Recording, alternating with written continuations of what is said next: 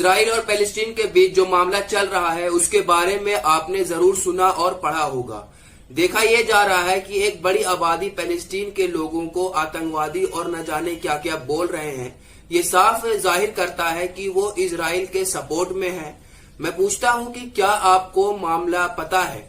हम बस किसी को भी सपोर्ट करने लग जाते हैं बिना बात को जाने और समझे। एक बात मैं साफ कर देता हूं कि मैं यहाँ किसी के पक्ष में बात नहीं करूंगा। मैं यहाँ आप सभी के साथ फैक्ट्स के आधार पर बात करूंगा जो आपको और मुझे ये समझने में मदद करेगा कि बात आखिर है क्या।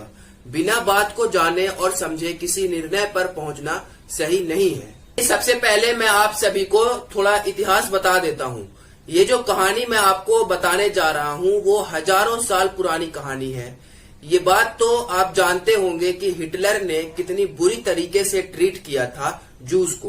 उन्हें गैस चैम्बर में बुरी तरह से जिंदा जला दिया करते थे। जूस के साथ अत्याचार होना ये कोई आज की और कल की बात नहीं थी। ये 1000 साल पुरानी बात है। मैं आपको ये बताना चाहूंगा कि जीसस क्राइस्ट का जन्म एक जूस फैमिली में हुआ था और कुछ क्रिश्चियन ऐसा मानते थे कि कुछ जूस जीसस क्राइस्ट को सूली पर चढ़ाना चाहते थे और ये विचारधारा कई सालों तक, डिकेड तक और कई सेंचुरीज तक बनी रही। और आपने किताबों में जरूर पढ़ा होगा कि जब क्रूसेड्स हुए थे आज से करीब हजारों साल पहले, तो वहां पर क्रिश्चियंस ने भारी मात्रा में जूस को मारा था और कई धारणा चल रही थी जैसे कि जूस क्रिश्चियन बच्चों का खून पी लेते हैं। इस तरह की अलग अजीबो गरीब धारणाएं चल रही थी।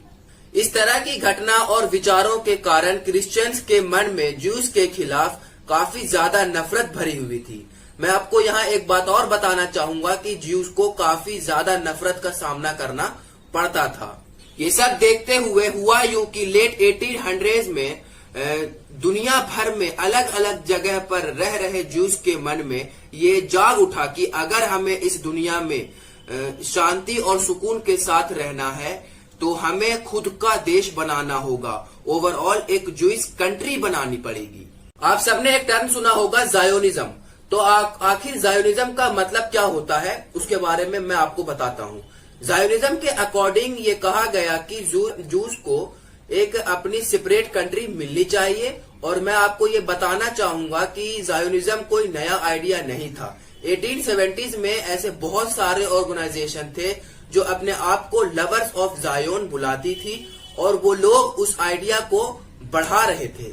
इन्हीं सब कारणों की वजह से सबसे पहले 1881 में एक बड़ी मात्रा में जूस ने माइग्रेशन किया। और पता है कहाँ?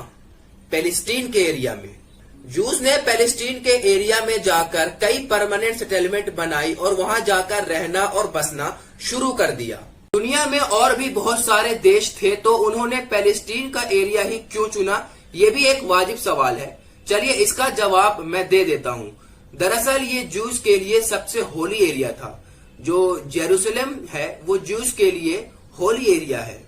मैं आपको एक बात और बताना चाहूंगा कि उस समय में ना कोई इजराइल था, ना कोई गाजा था और ना कोई वेस्ट बैंक था। सारा का सारा एरिया पैलेस्टीन का था और ये ओटोमन एम्पायर के अंडर आता था। और इस एम्पायर के बारे में आपने जरूर पढ़ा होगा इतिहास की किताबों में। और अगर आपने ओटोमन एम्पायर के बारे में पढ़ा होगा तो आपने ये जरूर पढ़ा होगा कि ओटोमन एम्पायर के अंदर क्रिश्चियन, मुस्लिम और जूस ये सब एक साथ रहते थे और इनके बीच कोई इतना ज्यादा झगड़ा नहीं होता था। अब मैं आपको समझाता हूँ वर्ल्ड वॉर 1 के टाइम का सीन। तो अब हुआ यूं कि वर्ल्ड वॉर 1 में द ब्रिटिश, फ्रेंच और अरब रेवोल्यूशनरीज लड़ाई लड़ रहे थे ओटोमन एम्पायर के खिलाफ। अच्छा, आप और हम तो जान ही रहे हैं ब्रिटिश का डिवाइड एंड रूल वाला कॉन्सेप्ट। तो ये भी मालूम होगा कि ब्रिटिश कितनी चालाकी से दूसरों को अपनी नीतियों में फंसा लेते थे। तो उन्होंने यहाँ पर भी ऐसा ही किया, उसके बारे में भी बता देता हूँ। ब्रिटिश अरब रेवोल्यूशनरी से कहते हैं कि तुम हमें सपोर्ट करो इस लड़ाई में और बदले में तुम्हें पैलेस्टीन का एरिया दे देंगे। एक बात और सुनिए, ब्रिटिश यही सेम टू सेम प्रॉमिस करते हैं जूस को, जिसमें वो कहते हैं कि तुम इस लड़ाई में हमारा साथ दो, बदले में हम तुम्हें एक देश बनाने में मदद करेंगे पैलेस्टीन के पास। मगर ब्रिटिश इतने चालाक थे कि उन्होंने फ्रेंच के साथ एक सीक्रेट डील साइन कर ली। तो अब हुआ ऐसा कि जैसे ही ऑटोमन एम्पायर हारा वर्ल्ड वॉर 1, तो ब्रिटिश ने उन सबको धोखा दिया और मिडल ईस्ट के एरिया को आधा आधा बांट लिया अपने और फ्रेंच के बीच में। पैलेस्टीन का सारा हिस्सा ब्रिटिश ने अपने कंट्रोल में ले लिया। तो यहाँ ये ध्यान रखें कि 1918 से 1948 तक पूरा पैलेस्टीन का एरिया ब्रिटिश गवर्नमेंट के कंट्रोल में था।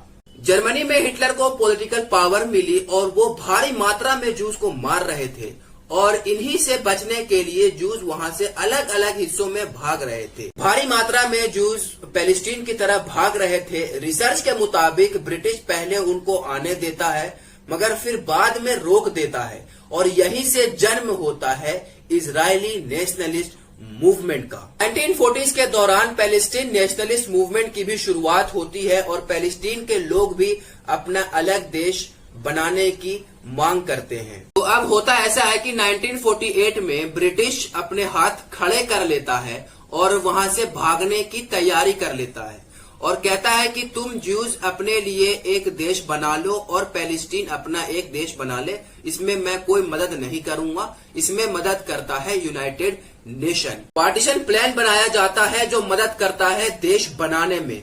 जेरूसलम बहुत इंपॉर्टेंट जगह है ज्यूज, क्रिश्चियन और मुस्लिम के लिए और यूनाइटेड नेशन ये तय करती है कि जेरूसलम इंटरनेशनल कंट्रोल के अंडर रहेगा। जूस इस प्लान को एक्सेप्ट करते हैं और अपना देश बनाते हैं जिसका नाम होता है इजराइल। और मैं आपको बताना चाहूंगा कि इजराइल देश का जन्म होता है 1948 में।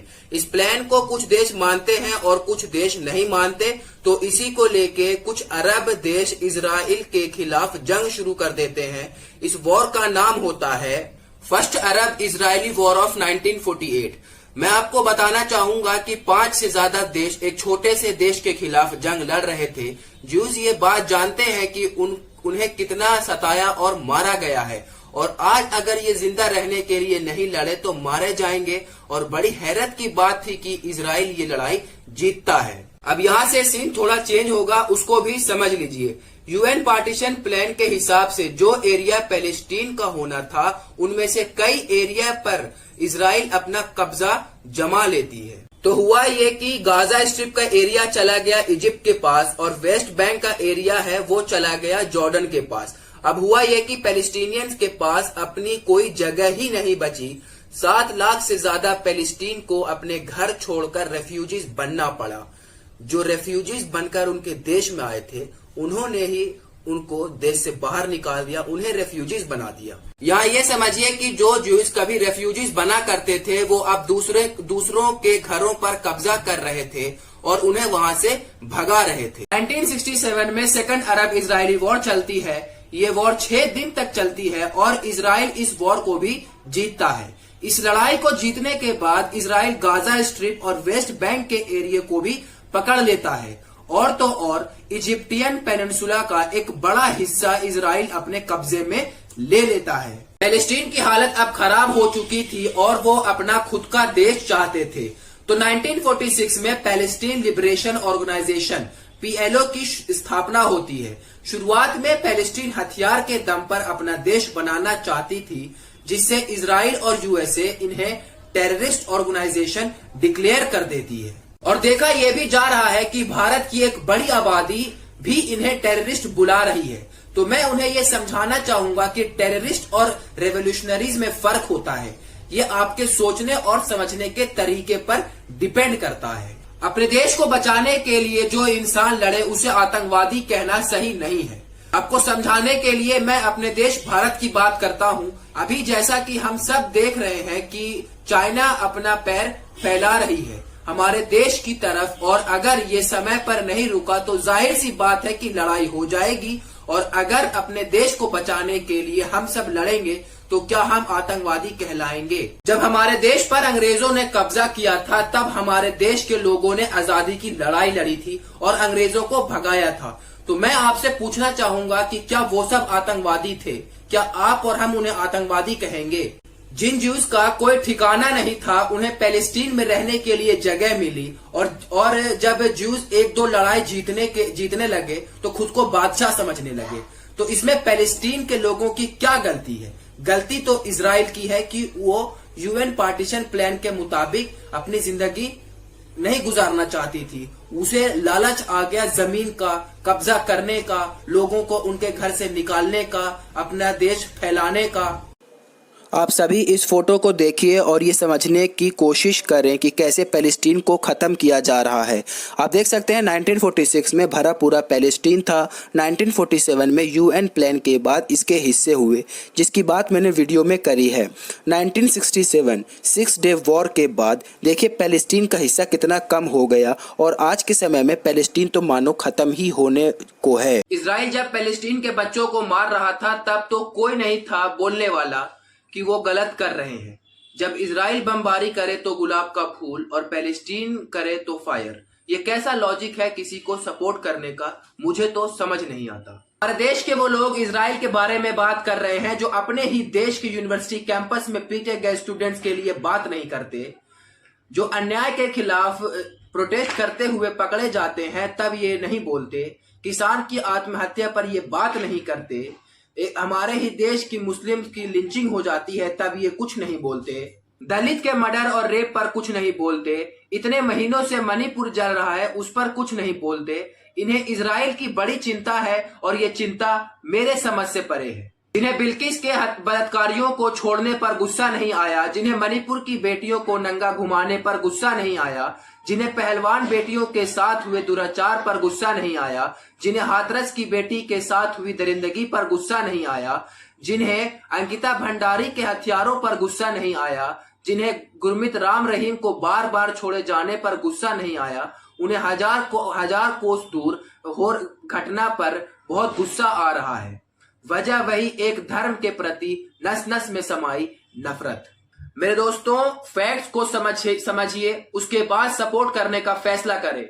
हम ये दुआ करते हैं कि स्थिति जल्द से जल्द ठीक हो, क्योंकि जंग में बेकसूरों की भी मौत हो जाती है जो बहुत तकलीफ देती है। आप सब भी दुआ और प्रार्थना करें। धन्यवाद।